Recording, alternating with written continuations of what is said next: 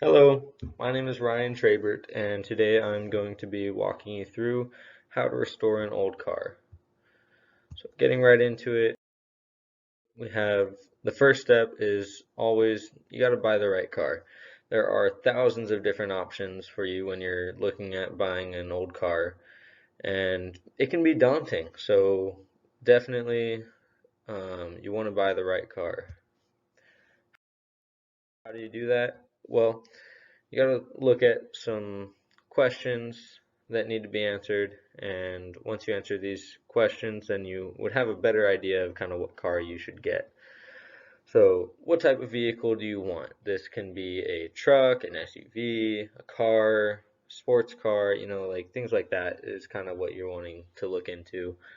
Do you need space? If so, maybe look into an SUV or a truck, that sort of thing. Does it need to be reliable? Um, you know, some domestic cars and even imports for that matter, um, of old.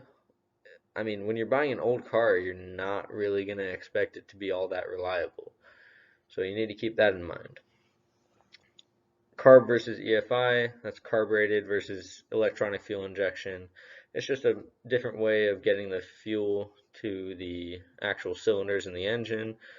Carb is not quite as reliable and it doesn't make quite as much power, but it's much easier to work on. Includes computers and a bunch of electronics that makes it a little bit more difficult for people to tune. Domestic versus import, really the main difference there is cost of parts for your vehicle. So domestic parts are going to be typically quite a bit cheaper than your import parts. Where to find your vehicle? There's a bunch of different sites out there, OfferUp, Facebook Marketplace, and Craigslist are the main three that most people kind of look at when they're looking for an old car. But there are also other alternatives. You can go to like swap meets and things like that where you can find classic cars. Um, and then next up is your budget. A lot of classic cars especially have a lot of like hype around them.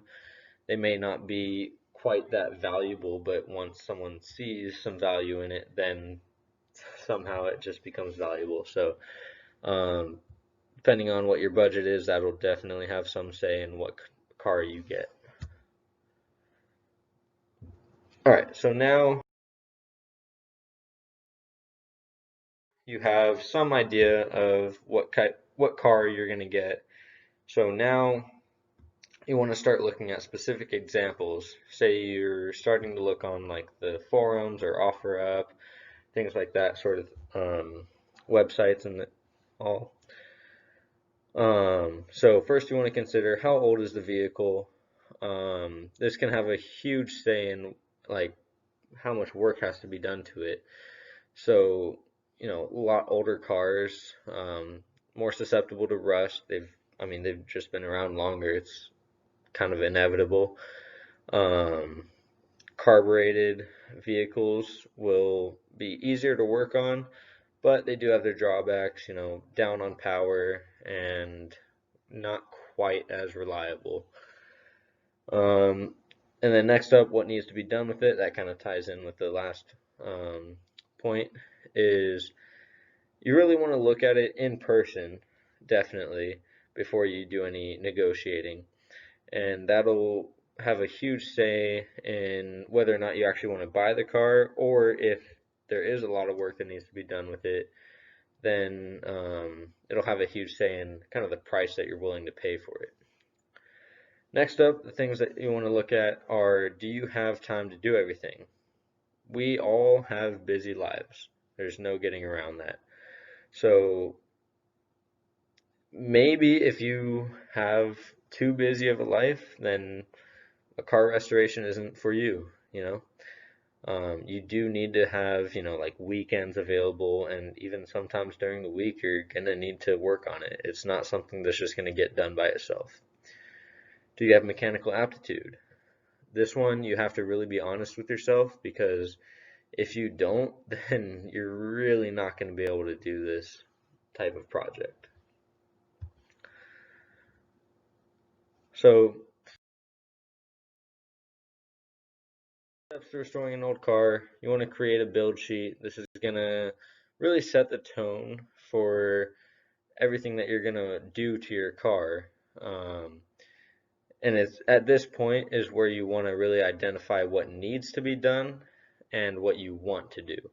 This is a very defining moment in a lot of people's restoration kind of plans, is because a lot of people can only afford to do what they need to do, whereas some people can, spring for the things that they want to do. Rust repair is a huge, huge project, and I highly recommend avoiding rust at all costs, even if that means you don't buy the car. So it's just a lot of work, a lot of man hours, welding, it requires fabrication, everything like that. So that's just avoid that.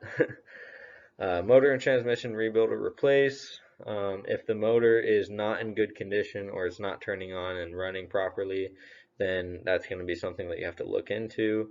That can get expensive as well, so just keep that in mind when you're buying the car. Interior, that's pretty self-explanatory. Just kind of look inside of the car when you're buying it, and then if you see a bunch of rips in the seats and the cracked dashboard, then that's going to be something that you want to include in your build sheet. Paint, another thing that's kind of self-explanatory. If the paint doesn't look good, then sadly it's going to need a repaint, and that one is definitely a big one. I speak from experience when I say that takes at least 500 hours of labor to do paint. It is very tough work.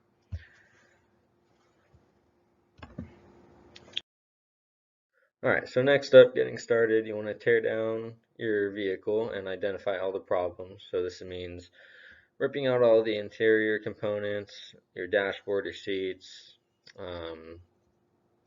sometimes taking out the engine and transmission if they are not in good condition, and just kind of identifying everything that could be wrong with the vehicle. Next up, you want to order, the parts that you're going to need to replace. This can be kind of a order as you go type thing. You don't have to order everything at once. That can get it really expensive. Next up is definitely you want to solve one problem at a time, because if you try and attack all the problems at once, then you're just going to get discouraged and you're not going to want to finish it, and you're going to end up selling it at a lot lower price than what you would have wanted. So next up, the next step that comes in on a lot of projects is paint. Now, ideally, you would get your car already looking okay on the paint department, so you would just need to do some detailing and it would look fine. But painting is a very tedious process, and a lot of project cars do need paint, so you just really want to kind of look into that as far as your hours go. That's another thing that it requires so many hours of labor to just do the prep work in addition to the actual painting. But yeah, it's definitely something that takes a long, long time to do.